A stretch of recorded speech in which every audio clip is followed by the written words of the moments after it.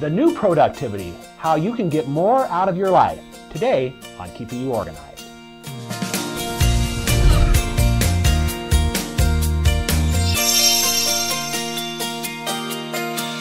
Well, today on Keeping You Organized, we have Lisa Montanaro from lisamontanaro.com, who's got an interesting background, started out as a lawyer and then a professional organizer. But today, Lisa, we're going to talk about productivity and all the different nuances that go along with that. So welcome to Keeping You Organized.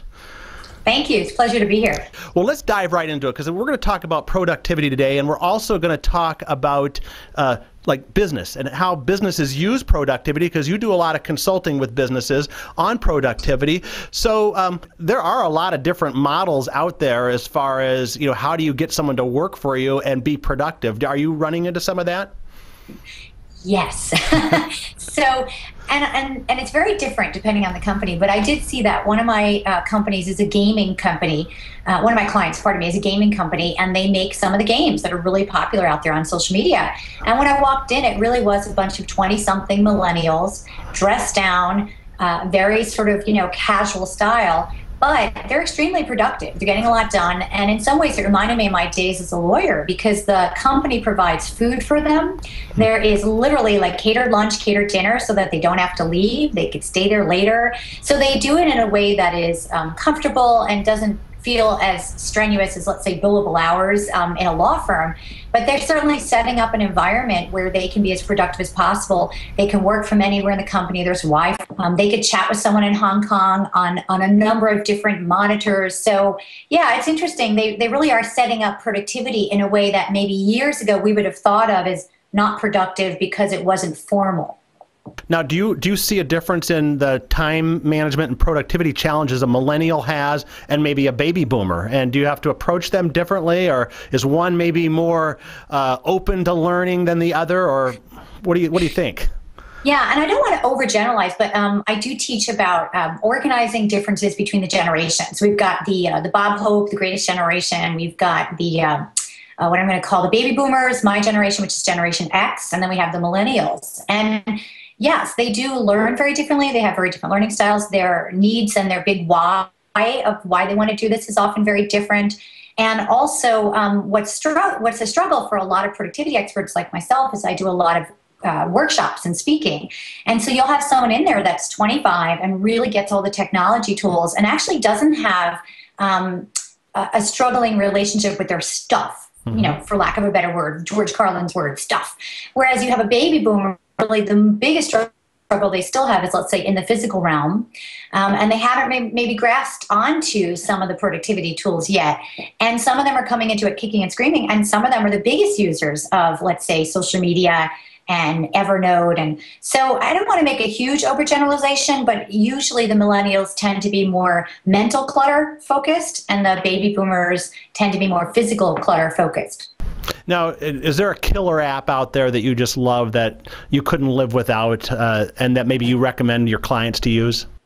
Yes, and I have no stock in the company. I probably should. Dropbox.com, so DROPBOX.com. I couldn't live without it. I run my business from it anywhere in the world. It enables me to take all my files that are on my computer and have a direct copy of them on Dropbox. And I also have a file for each of my clients. I share documents with them there, but I could be anywhere in the world, and all I have to do is go to either Wi-Fi or open up my phone with a data package, and I can have every single file in my computer, which is pretty cool. Now, you started out, you said, as a lawyer, so are you kind of document driven? Do you like to hoard a lot of documents and keep lots of papers and use those like classification folders and things like that? You would think so, because law is so paper driven. But I have changed over the years, and I don't have a ton of paper. I've definitely embraced the scanning and the digital media. But I'm very tactile. So for example, I went into using a online calendar kicking and screaming. I mean, I used a Filofax or something like that for 10 years. And obviously, I realized many years ago that if I was going to teach productivity, I had to learn all the tools really well. And now, of course, I couldn't live without all of my technology tools because they help me run my life and my business. But what I like to say to my clients is that technology has to be the servant, not the master. And you have to be really careful that you don't let this stuff own you. So I still have some paper files as a backup. Obviously, my taxes are still on hard copy, and they're backed up. And yes, they have the tabs, and I'm using all the Smead products. And but I'm not overly paper focused. I will admit that I still write a journal, like my personal journal, and I still write a handwritten journal by hand. There's something very tactile about it because I'm talking about a lot of personal issues in my journal. I really like to hold the journal in my hand and feel the pen on the paper. So. Well, now you became a certified professional organizer in 2007, and your business kind of morphed from what we would call traditional organizing consulting into now more productivity and the speaking and stuff. Why did you make that jump, and how did it happen? You know, it's a good question, and I think it's easy now to look back on it. It wasn't as strategic as you would think, even though I do business strategizing with my own clients. There was a point around 2007 when I became certified that I realized that I had spent a lot of years in the living laboratory doing the work with clients. I published a book in 2010. And I think what started to happen was a lot of people started to ask me more higher level questions, and it wasn't so much about the things and the stuff, but about the relationship with the stuff, their behavior, their habits. And I think I really did a huge shift where I realized that you're never really organizing the things. You've always been organizing the person and the person's habits and mindset and lifestyle. And that's way more important than the actual stuff. And I think once I made that shift and started transferring skills through my speaking, my coaching, consulting, it just sort of organically and naturally happened. I started using independent contractors and sending them out on my hands-on organizing jobs. I felt really good about that because I felt that they were organizers that were really good at their craft and needed the work. And so I felt it was a kind of a win-win, and then that freed me up to do my speaking, coaching, consulting, and all the work that I was really enjoying a lot more and was really good at. So. Well, now, because you're doing a lot of this consulting now, what would you say is the percentage of the amount of like, oh, this is a basic tool or a basic thing that you need to do from a traditional organizing, point of view versus, we're going to talk more about relationships and your overall strategy and things like that. What would you say that is? It's funny. I never thought about the percentage. I will say it's definitely integrated. So all the work that I spent doing hands-on organizing definitely is integrated into the work I do now. And so it's sort of hard for me to pull it out. But I'd say it's probably a good 30%. You would think it might be more, maybe 40%. I don't think it's half, and I'm just being honest. But it's certainly important, and I'm glad that and I don't think I'd be as good of a consultant and coach and speaker if I hadn't spent all those years doing the hands-on organizing, because I really do understand the struggles that the clients go through.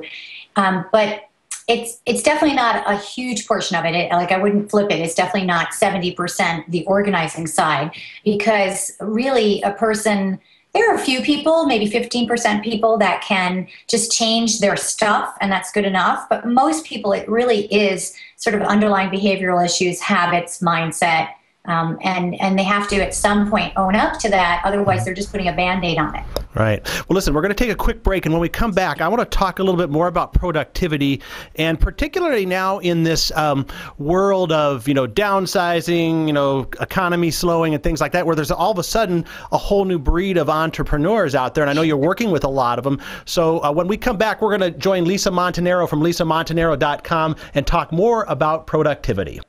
Do you need ideas on to-do lists, keeping focus, and filing information while on the go? The 100 Ideas for Better Organization ebook by Smead is sure to be a helpful tool for your organizing needs. Each idea is titled so you can quickly scan the book for whatever topic you may need to reference at the given time. With over 100 years in the organizing business, this free ebook will become a well-used resource and motivator for introducing ideas that boost your productivity. Get the 100 Ideas for Better Organization ebook by going to smead.com/100. Download yours now at smead.com/100. Smead, keeping you organized. We're back now on Keeping You Organized with Lisa Montanaro from lisamontanaro.com. And Lisa, before the break, we're talking a lot about productivity because you work with a lot of companies. Now, what have you seen? You've been organizing a long time, kind of the shift, maybe it was, 2008, 2009, when all of a sudden there's all this downsizing and you have all these new entrepreneurs coming out who maybe don't have the skills. What were the challenges there that you saw maybe in that transition? Yeah, and that is exactly when it happened, was around 2008. And, in some ways, what was wonderful about that downsizing is that it stimulated the economy from an entrepreneurial standpoint. So we had all these new business owners, which was great. And I happen to love small businesses and entrepreneurs, but a lot of them had no idea how to run a business. So most people go into business doing what's called the technical skill, and they see themselves as a technician. Oh, I love to organize. I'm good at it. I'll go organize for a living. Oh, I love to make jewelry. I'll be a jewelry maker. But they don't think about the side of running the business from a management standpoint, marketing, networking, finance, operations. And thankfully, there are great programs out there for that. And then, of course, there's coaches and consultants, and I run my own programs. I have programs for new entrepreneurs, and then I have programs for advanced entrepreneurs. So there's help out there. But I'd say that's the biggest problem, that people take really seriously the technician side of a business, but they don't actually realize that they're going to be a business owner. And this may sound a little sexist, but I see my male clients immediately see themselves as the CEO of a company. So if they introduce themselves to the networking event, many of them will just say, oh, I own a company. And then someone will say, well, what does the company do? Whereas a lot of my women entrepreneurs will lead with the technician. They'll say, hey, I'm an organizer, I'm a jewelry maker, I'm an interior designer. So it's also just shifting it and letting all entrepreneurs, regardless of their gender, realize that they are a company owner, they are a business owner, and they have to take that very seriously. Right. Well, we have a lot of professional organizers that watch and listen to the show. What are some of the most common challenges that an organizer has? Because I would think that, maybe someone sees the business opportunity and says, hey, I'm kind of an organized person. I could do that. And, maybe they even convince a few people. What are the biggest hurdles they have in starting their organizing business?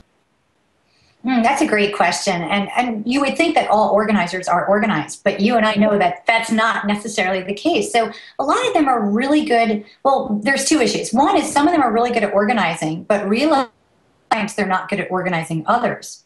And they have no idea that that would be an issue for them. They might not have the patience to organize someone else. They might not know how to transfer those organizing skills to someone else.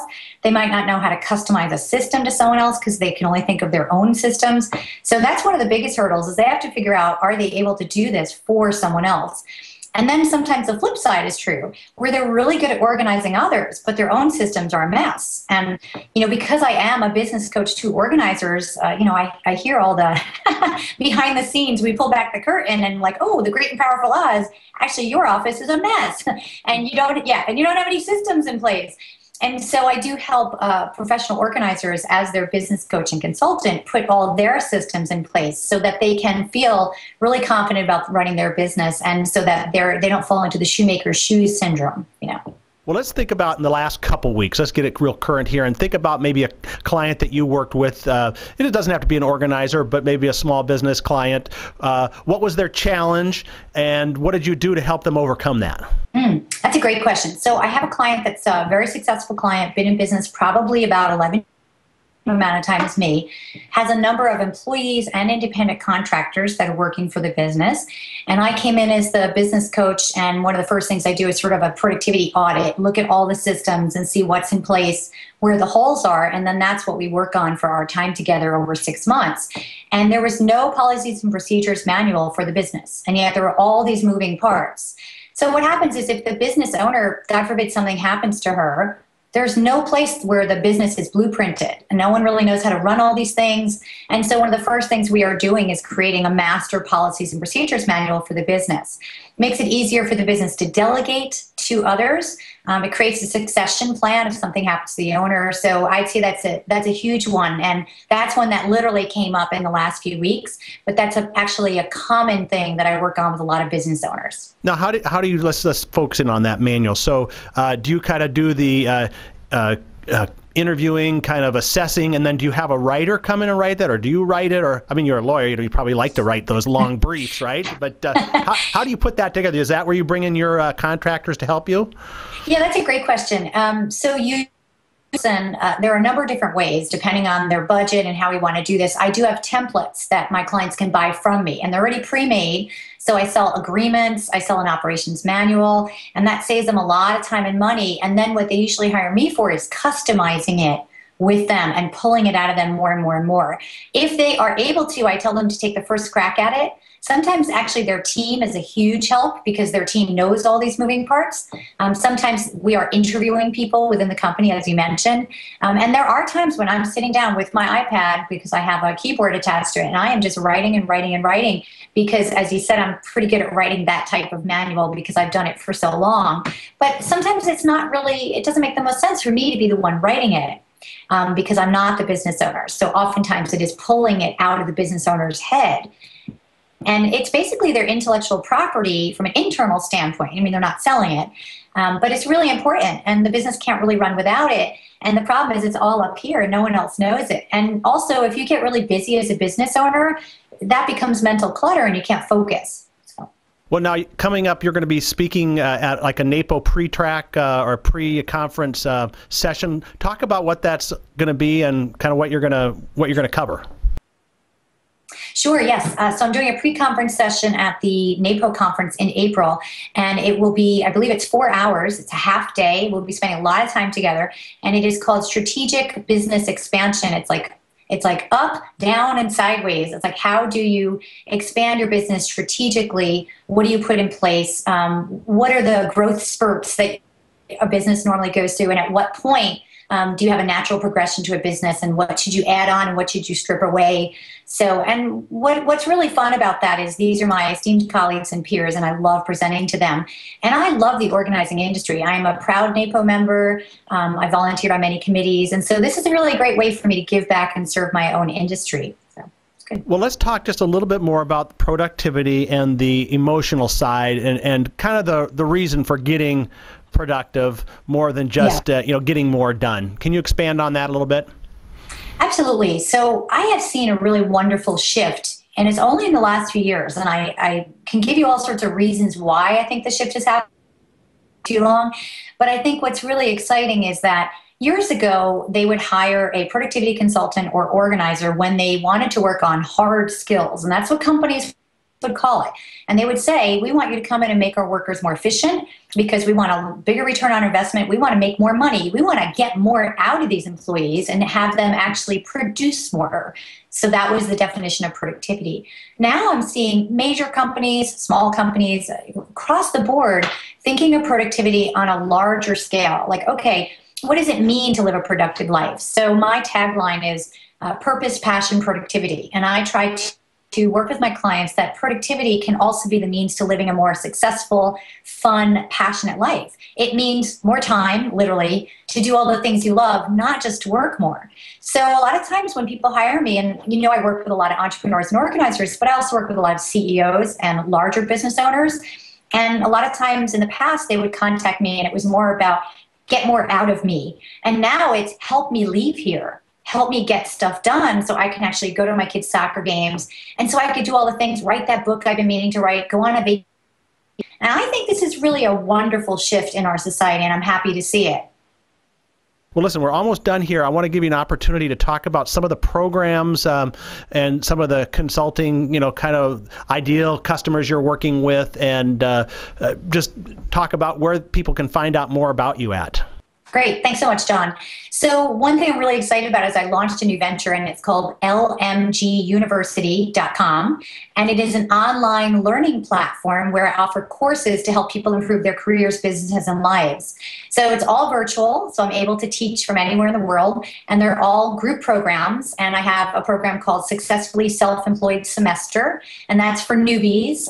Usually it's in the first few years of their business. And that's a more affordable program. And then I have a 6-month master's mastermind program that I offer to expanding and advanced business owners. And then I have a La Dolce Vita group coaching program on improving your life, because I have seen such a big shift where people are focused on that. So if anyone wants to check out those courses, if you just go to lmguniversity.com, it stands for Lisa Montanaro Global University. It's a lot of fun. And then my hub is lisamontanaro.com. What I love to do is write. And I like to write specifically about a lot of these issues that we've talked about. And so if people want to follow my blog, they can go ahead and subscribe.